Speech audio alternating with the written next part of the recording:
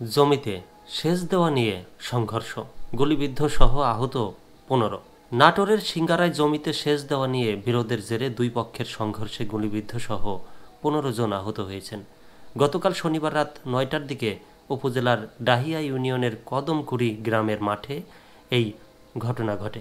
সিংড়া থানা ও এলাকাবাসী সূত্রে জানা যায়, কদমকুড়ি মাঠের একখণ্ড জমির মালিকানা নিয়ে গ্রামের দুই পক্ষের মধ্যে দীর্ঘদিন ধরে বিরোধ চলে আসছিল।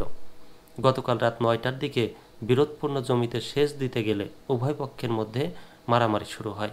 এ সময় আগ্নেয়াস্ত্র থেকে গুলি ছোড়ার ঘটনা ঘটে।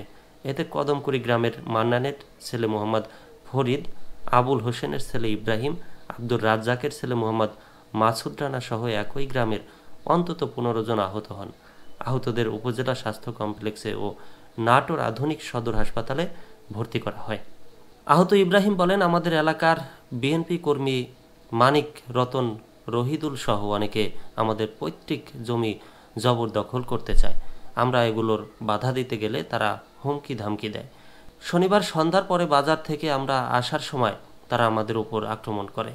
কিছু বুঝে ওঠার আগেই তারা আমাদের গুলি করে। আমাদের অনেকের গুলি লাগে। কোনো মতে পালিয়ে জীবন বাঁচিয়েছি। এ বিষয়ে অভিযুক্তদের বক্তব্য নেওয়ার চেষ্টা করা হলেও তা পাওয়া যায়নি। উপজেলা স্বাস্থ্য ও পরিবার পরিকল্পনা কর্মকর্তা ডাক্তার মুজাহিদুল ইসলাম বলেন, আহত ব্যক্তিদের প্রথমে সিঙ্গারা উপজেলা স্বাস্থ্য কমপ্লেক্সে নেওয়া হয়।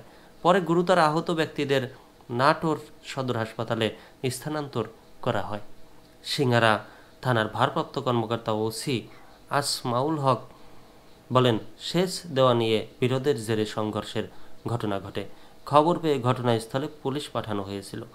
আহত ব্যক্তিদের চিকিৎসার জন্য হাসপাতালে পাঠানো হয়েছে।